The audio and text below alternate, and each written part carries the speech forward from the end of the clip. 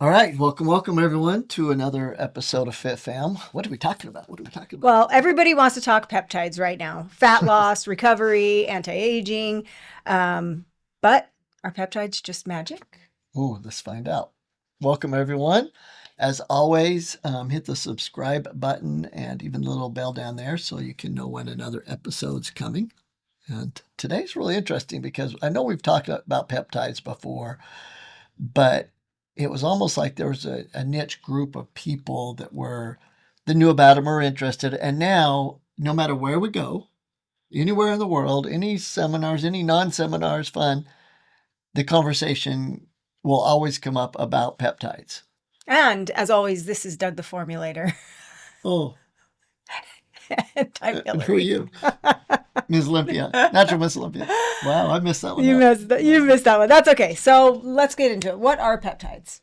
So, peptides are short chains of amino acids. And, probably the best way to think about it is when we explain, like when we talk about digestion or enzymes, right? We talk about that a protein is anything that's more than 99 amino acids strung together. So, like a chicken breast or a piece of steak, right? Or muscle or anything. And what determines whether it's a chicken or a piece of steak or a plant protein Mm-hmm. is what amino acids next to what? Glycine next to glutamine next to tryptophan. So that's really a protein is 100 and above, and it can be tens of thousands of amino acids. But a peptide is something between 2 and 99. And that just means it's a smaller chain of amino acids and they have a different job. And so the answer to the question is they're amino acids from 2 to 99, and their job isn't to provide um, building blocks for muscle or for bone. Their job is to actually create signals. Okay. Okay. So, Signals for what? like everything, like blinking just now, for building muscle, for burning fat, for thinking, every reaction in the body, there's a stimulus that has to happen in order for that reaction to happen. Even like recovery from an injury, right? A signal says, hey, we have an injury, we need to recover.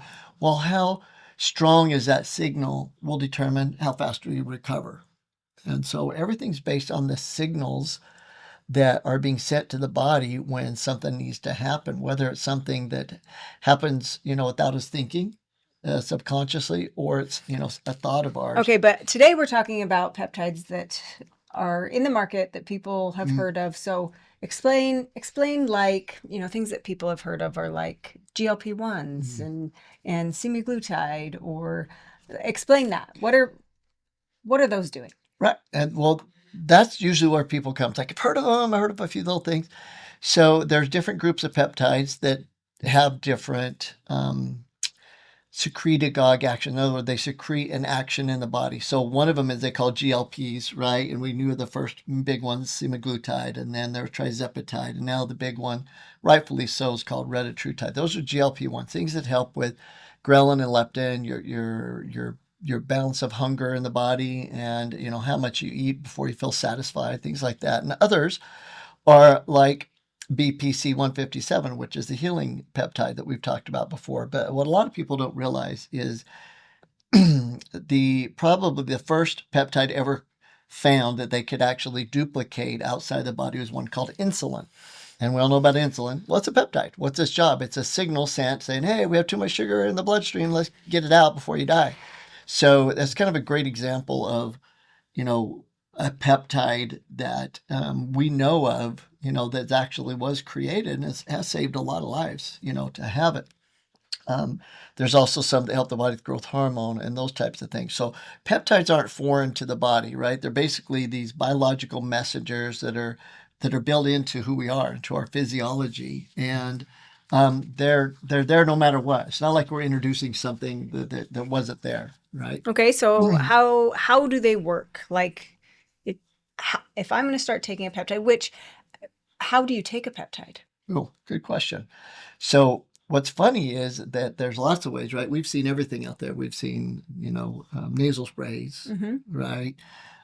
Creams, pills, everything else. And there is something to be said for topical peptides that can help, like the copper peptide and a few things like that. But for the most part, um, they, in order to work to kind of help with that signal in the body, they have to get into the bloodstream. And the only way to ensure they get in the bloodstream is through injecting them into the bloodstream. So most, if not all of them, you use a little insulin needle, and that peptide is put in it in liquid form and injected into the body subcutaneously, meaning places where it won't hurt, not into the muscle or anything like that, just anywhere that it just goes into just below the skin. And how do they work?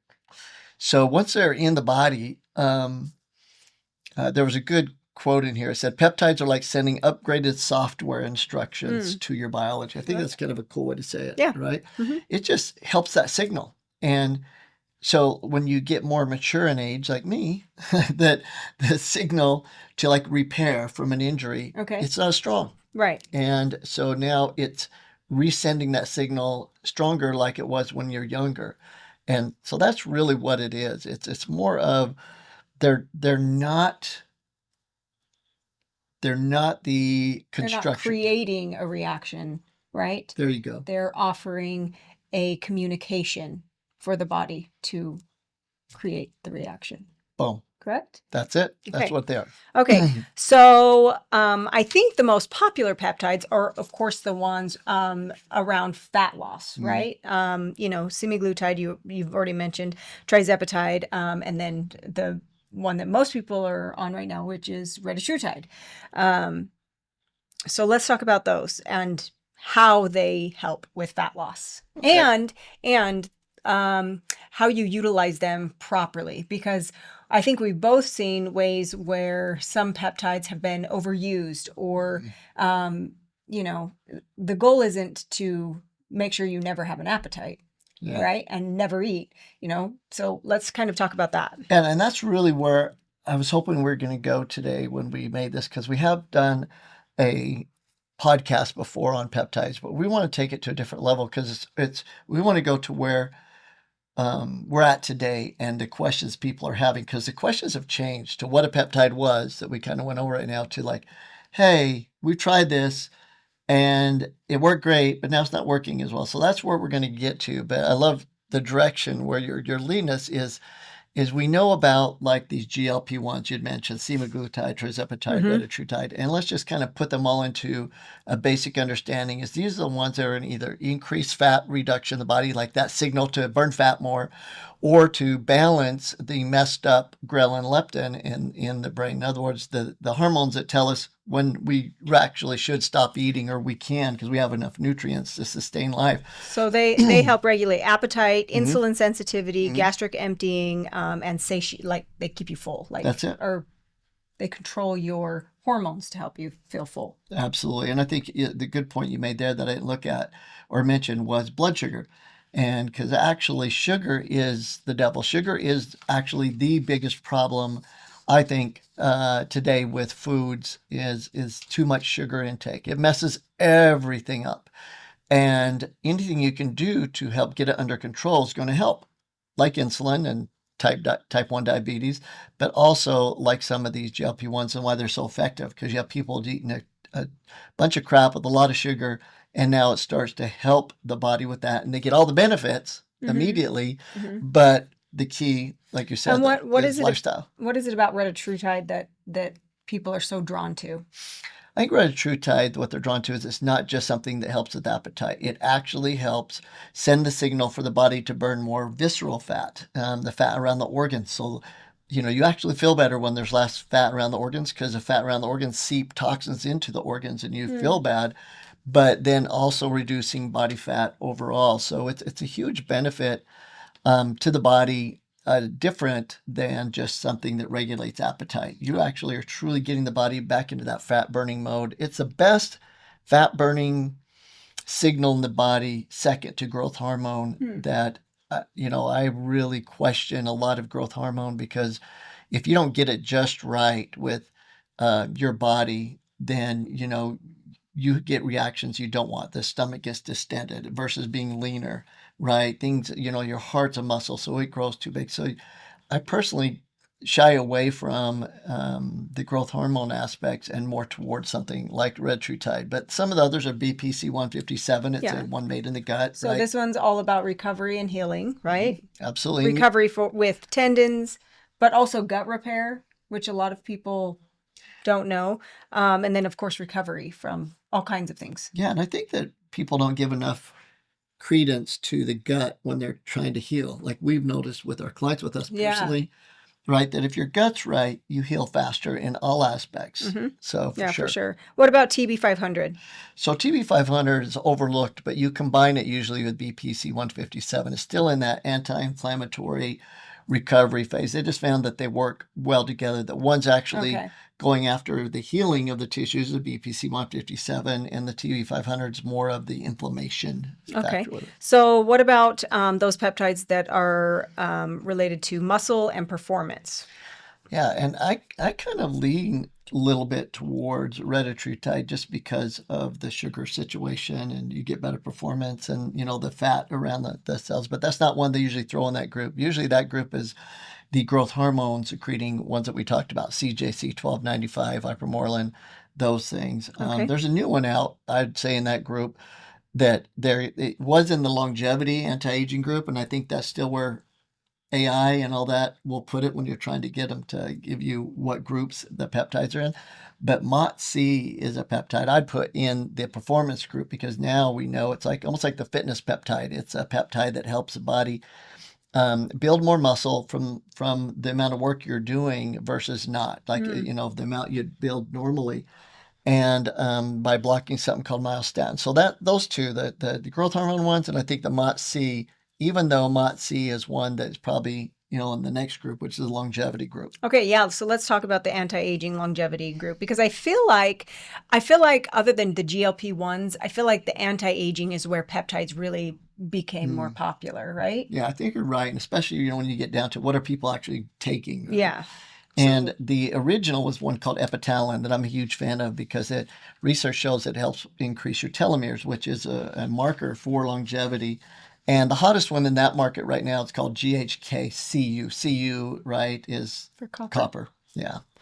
And its benefit to the skin for rebuilding collagen, for hair growth is incredible because it can be used both ways. It could be used on the skin topically, but also taken internally with the shot. And people that stay consistent with it get tremendous benefit. And that's probably a good point that we've seen, that the research shows. You know, we've been in this industry for a long time, and even if we don't take a nutrient or a peptide, we hear all about it. And the concept with peptides, just like your nutrition and your exercise, is the benefits come from consistency. So either don't do them, or if you do, be consistent, right? Right.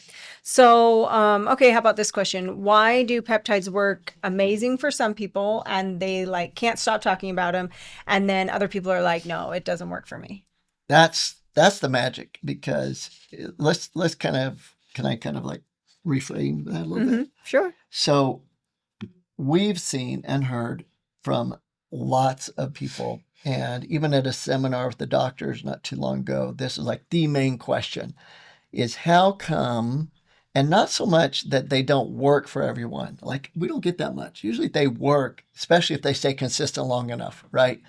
It's how come they work better for some, but the biggest question. It's more like how come they're getting those types of results that quickly when, you know, I'm just still over here with my mild results. Yeah, well, let's answer that one. That answer is that it comes to the signal itself, that if you send a peptide in and it creates a signal, one, that peptide has to be pure, and the amino acids to make that peptide have to be pure. So where you get it from, right? Because everyone talks about, you know, they order it off the gray market, China type thing, and they're not as strongly bound. In other words, once you put it in the body, if they break off and if they just become single amino acids, you're not going to get it. So you might get 30%, 50%. So the first is the quality of the peptide. But let's assume that you're all getting the same perfect peptide. Then the concern comes down to, can the signal be sent? And this comes to your So it's all about like biology. They amplify your biology but they don't replace bad, right? That's it. Yeah. Absolutely. And so if we lived in a dump, it'd be hard to get things moved around and work there, versus a clean environment. Same thing in the body. A signal sent, and if it's a clean environment, you're eating healthier, cleaner, exercising, stronger signal. Then there's things there to muff it up, the processed foods, the excess sugar. So if someone has poor sleep or mineral deficiencies, gut dysfunction, chronic inflammation, insulin resistance, low protein intake, high stress, sedentary life, then peptides are like less likely to work, or? Yeah, it's a really good point. And I think everyone can figure most of those out, except for like a lot of times we get questioned on the low protein intake. Remember, amino acids are what protein are broken down to. And if your body doesn't have enough protein to do all the functions of protein, not just build muscle, but bone and tissue and all these things, then guess what? Oh, I got these amino acids. You know what? We really, really need them here. And so low protein intake is a big factor with it, right? Yeah. So why some people respond better? I think that's, the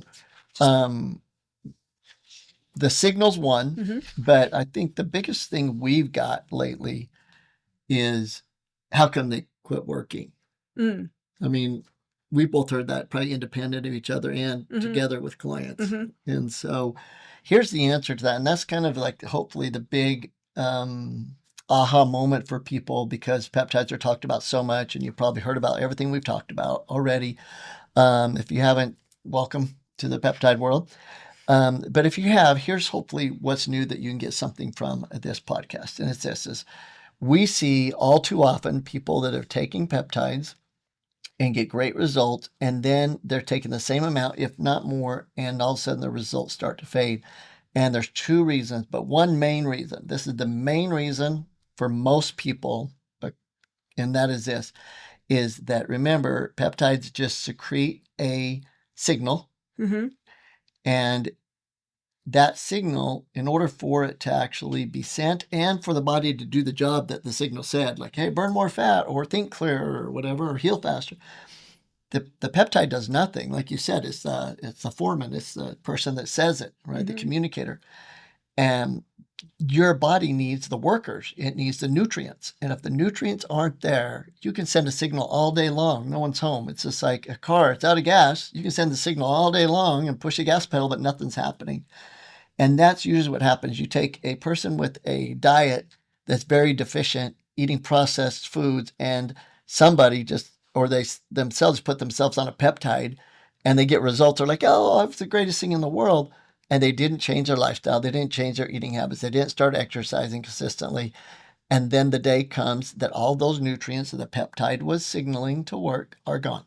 Right. So when you're deficient in magnesium, amino acids, which we talked about, trace minerals, protein, that's where the signal's being sent, but it's got nowhere to go. It's just not being answered. That's right? it. Yeah. That's it. And when we did the research on this, 2 years ago, I think, we looked at all the peptides and said, what are all the nutrients that each peptide needs? And we're going to make a pack for this. And we made one pack for all the peptides. We call it the peptide support pack. But the point is this, is that if you look at that pack in the Optimal Health Systems line, it has more products and ingredients in it than any other pack we make, because it takes so many nutrients for each peptide to work. And we wanted to combine them all together, right? Each peptide doesn't need that whole pack, but we wanted to make it no matter what. Well, the point being is that you need nutrients for peptides to work, and most people blow through them. They quit getting results. That's the main reason. The second part of that, though, is with some of these, the GLP-1s and a few of the others, there is a point where you get to be the new norm. In other words, even without the hardcore cravings, even without that, you still override it. And once you start putting sugar in the system, especially with the GLP-1s, and you put it in, even if you don't need it, even if you don't crave it, I should say, you're just doing it and you create that habit, you could fall back into the same things and feel like it's not working, because you're just overloading the body with the things that you normally wouldn't take, because you're like, oh, I don't have that craving so deep anymore, so I don't do it. But if you end up start doing it anyways, you create this new habit. So the answer to that is like a 72-hour fast, cleanse the system, or just get going and get off the processed foods and the sugar, and then watch that all of a sudden that peptide starts working like it used to, because it still is. You just now have a new norm, and it's a comfort place that's different than it was before. And a lot of people don't like that. But Yeah. So your nutrients, and then of course your gut health always matters. We talk about this constantly. Your gut health is so important, not just for obviously your peptides to work properly, but also hormonal function and all of the things, right? Brain clarity. So gut health matters. Yeah, and I think a lot of people realize that a majority of the signals for your cravings, for your happiness, your serotonin, your dopamine molecules come from the gut. And so if the gut isn't clean, even if the signal sent from the peptide is not being sent from the gut up what's called the vagus nerve and happening, like that's a huge point. Yeah. in So gut health. a damaged gut changes hormone signaling dramatically, no matter what. No matter what. Like it's just a thing. No Get matter your gut what. clean. Get your gut clean and your world changes for sure. Okay. Lifestyle. So that also kind of determines like the duration of your results with peptides, right? Absolutely. I think lifestyle does. And one of the newest studies that came out showed that one of the greatest ways you can make sure peptides work like they're supposed to is through strength training. Wow. The strength training creates they're throwing them all into this group called myokines, but strength training creates the ability for the signal to be amplified from a peptide. So if you want a peptide to work better, strength train, which is really, really cool new research. Okay. I actually really like that. Like that. So take home for today, hopefully for people, is that the cleaner your lifestyle, the healthier you eat, the more you do strength training, the better, if you do take peptides, that they work. And if you don't take peptides, the better the peptides your body makes on its own will be secreted and work. Yeah, but I have a few questions. I have a few questions that I just want to throw out there because they're things that we hear and questions that are always asked. So are peptides steroids? No. And we see why people do it, because the World Anti-Doping Association, they ban some of the peptides, and where International Olympic Committee have banned some of the peptides, most of them at different years. They'll like ban them all, and then they'll come back and say, okay, this one's fine, or this one. And I really think they're wrong in many cases, because we know like BPC 157 is much healthier than ibuprofen and Tylenol. It's just, it's so funny that the world leans to the popular things, even if they're not healthy. It's like, well, that's out there. Well, not just popular things, but the things. Money things. Yeah. There you go. And so, so they're not steroids. They're secretagogues. They signal the body. A steroid forces a reaction no matter what. And that's what you don't want. You don't want to be on testosterone therapy, TRT. TRT is a steroid, by the way. HRT, Trenbolone, the real steroid that people talk about, don't want to be on those because they force a reaction, which means they force also a reaction you don't want in the body, right? You're going to get hopefully the good reaction you want, but you're also going to get other reactions in the body that are not healthy, no matter what. They're going to happen. So are peptides natural? Yeah, great question, because you'll always see where they'll say on them synthetic. And you're like, wait, I thought we heard they're natural. Well, in the body, they're natural made. They're amino acids. Amino acids are natural, right? They're organic. And in the body will make these peptides. Well, if we make them in a lab, in other words, we take this amino acid, which is a natural amino acid, right? It's organic. It has the nitrogen, right? Oxygen, the carbon. And we combine it in a lab and get it in the right sequence. That's synthetically done. It's done by people, right, and machines to make this. So we say synthetic, but it is a natural compound. That's how come they have our time, in the patent world with this, and why a lot of the drug companies aren't real big fans of it, and is because the actual purest level of the peptide in the body can't be patented. You have to kind of change it up a bit. And so this question I think you've already answered, which can peptides work without training? And I guess the answer is sometimes or temporarily, right? That's exactly it. Okay. And we've seen that.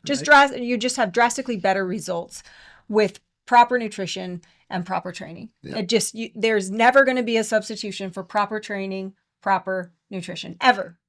There's nothing that's going to take away the benefits from both of those things. 100%. And all our clients, all of them, no exception to any of our clients, if we have them on a peptide, they're on a much lower dose than what the majority of people say. So let's say a peptide, let's say a dose of like 60 units for retatrutide. We're talking 10 units. Right. Maybe 20 max, 10 twice a week for clients. Why? Because our clients are eating healthier first. They're on the right micronutrients. They're exercising, so they don't need much of that signal. So what about, are they proven? Are all peptides proven? No, not in human studies at the highest level for sure, because peptides keep coming out left and right. Right.